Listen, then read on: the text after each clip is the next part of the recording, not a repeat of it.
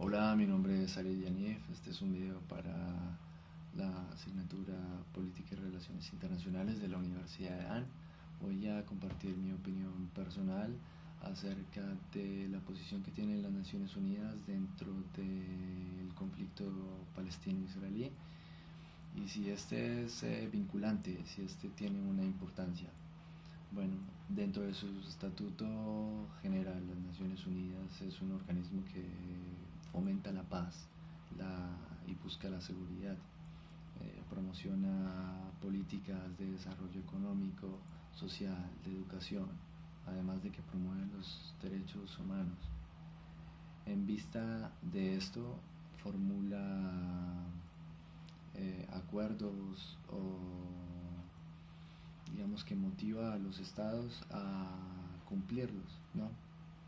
Eh, con respecto a este conflicto, considero que ha sido un fracaso y voy a examinar varios puntos. El primero de ellos tiene que ver con la agenda de la Asamblea General, que ha sido tomada por un bloque de países, esto a partir de 1975, con el fin de buscar como una contraria hacia los Estados Unidos, ¿no? Por el conflicto este que hubo con Cuba. Se alinearon ciertos países para hacerle frente a este bloque, ¿no? Estos países están compuestos por el bloque de países islámicos, de países musulmanes y países no alineados, países que tienen democracias muy débiles o simplemente son dictaduras. Esto al día de hoy representa que el 45% de los Estados miembros son realmente democracias libres. Voy a hablar del decreto 3379 en el que se comparó el sionismo con el racismo.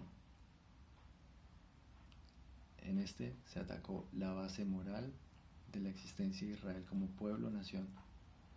Esta duró durante varios años, fue originada en 1975 y retirada en 1991. Israel ha sido el único país, el único estado en el que ha sido negado, en el que se le ha negado su participación dentro de su bloque geopolítico, dentro de su bloque geográfico, al cual le corresponde Asia, pero este ha sido negado por los países de dicho bloque mencionado anteriormente. En cambio sí ha sido aceptado por Europa Occidental, pero no en pleno derecho, ya que en Ginebra no ha sido aceptado, lo que limita su participación. Las 10 sesiones de emergencia que se han celebrado en las Naciones Unidas tampoco han sido objeto de imparcialidad, ya que 5 de ellas han sido vinculantes a Israel. En ninguna de ellas se habla sobre el genocidio de Ruanda, de Sudán, de Bosnia, de Nigeria, de China. Tampoco se hizo sobre la ocupación de China del Tíbet o de Siria en el Líbano. Es decir, el 40% de las resoluciones sobre los derechos humanos han ido en contra de Israel, el único país democrático en el Medio Oriente. Esto no tiene ninguna objetividad, esto ha hecho que las Naciones Unidas pierdan credibilidad. Por otro lado vemos de que ningún otro país ha recibido acumulativamente más del 10% de esto, lo que es una desproporción bastante significante. Se ha demonizado a Israel con el número de muertos por condena en cuanto a otras guerras que existen. Por otro lado, el Consejo de Derechos Humanos incluye a miembros que no defienden a sus ciudadanos, como lo es Venezuela, China, Rusia, Arabia Saudí, como por ejemplo. Considero que han habido otros sucesos como los tratados en el 2010, donde Rusia apoyó de que no fueran considerados asesinatos los hechos hacia los homosexuales. No son tratados como asesinatos. Una de las resoluciones de emergencia vincula al año 2015 en el marco del conflicto de la operación del margen protector de Israel, en el que se consideró que la construcción de túneles y el lanzamiento de cohetes por parte de Hamas eran en contra de poblaciones militares. Esto crea un contexto político para justificar la violencia también de la que hay en Cisjordania, el West Bank o Judea y Samaria. Cualquiera de los tres nombres es válido para mencionar esta región. En 2006 se realizó también una resolución en contra de Israel hacia la condición que se le daba a las mujeres. Es decir, irónicamente nunca se habla sobre otros países que por ahí prohíben a las mujeres conducir un coche. Otro de estos ejemplos se puede ver en el 2003, en el que Israel solicitó ante las Naciones Unidas, ante la Asamblea, establecer un comité que protegiera a los niños israelíes del terrorismo. Este no recibió ni siquiera el apoyo para someterse a votación.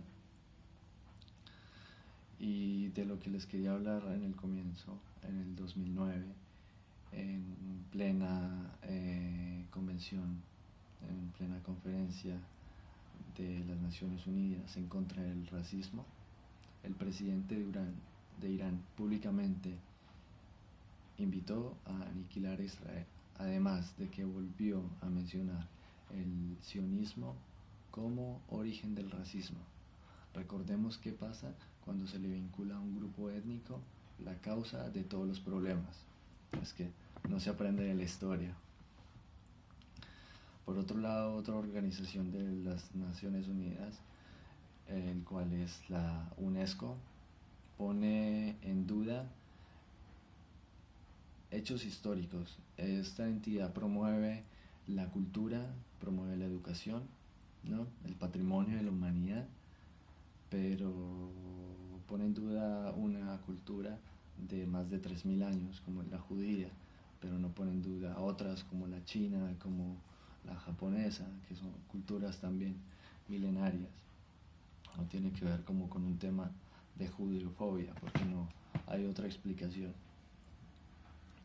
El trabajo que ha tenido esta organización para reescribir la historia ha sido descaradamente fuerte. Por ejemplo, en dos situaciones, al establecer la tumba de la matriarca Rachel como mezquita, cuando no tiene ninguna conexión. Y el segundo es declarar el monte de templo como como lugar santo solo para los musulmanes, olvidándose de que allí existió el lugar más sagrado para el judaísmo, existe, el cual es el Muro de los Lamentos, conocido por Occidente, pero que allí eso hacía parte del gran templo de Jerusalén, del primer y segundo templo, ignorando toda esa referencia histórica, ignorando hechos arqueológicos, señales, inclusive narraciones históricas, ignorando otras culturas como es el cristianismo, que también tiene parte de su historia vinculada a este lugar. En fin, todo esto con el fin de borrar como la identidad de un pueblo, como lo hizo el Imperio Romano, cambiando el nombre de la región de Judea a Siria-Palestina. Bueno, dentro de la costumbre internacional un término llamado opinio juris, en el que es importante caracterizar a una nación, a una cultura, por sus valores en conjunto, por su cultura, por su religión, por los valores que se comparten, o por eso que se llama cultura colectiva, por ese ámbito colectivo. Tampoco digamos que se ha tomado muy en cuenta para relacionar a las conexiones de el pueblo judío con esta tierra. Es importante aclarar de que a dicho organismo Estados Unidos dejó de financiar, el cual participaba más o menos con un 25% del presupuesto total, y este ha sido suplido por Arabia Saudita y Qatar. No sé cuáles son las razones que tienen las Naciones Unidas para hacer todo esto, o de que ciertas naciones voten en contra de Israel, pero podría caracterizar dos. La primera es el voto señuelo. El bloque de estos países ya mencionado pretenden ocultar sus actos de opresión, señalando a un solo país. Y el segundo tiene que ver con beneficios diplomáticos, intercambio a favor entre gobiernos.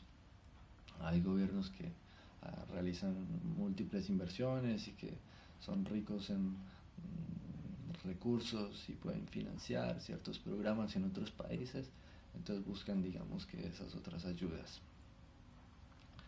Esto se puede ver, digamos, con ataques que han tenido estos bloques a países que se han opuesto a esto, como lo es Canadá y Australia, países con derechos humanos.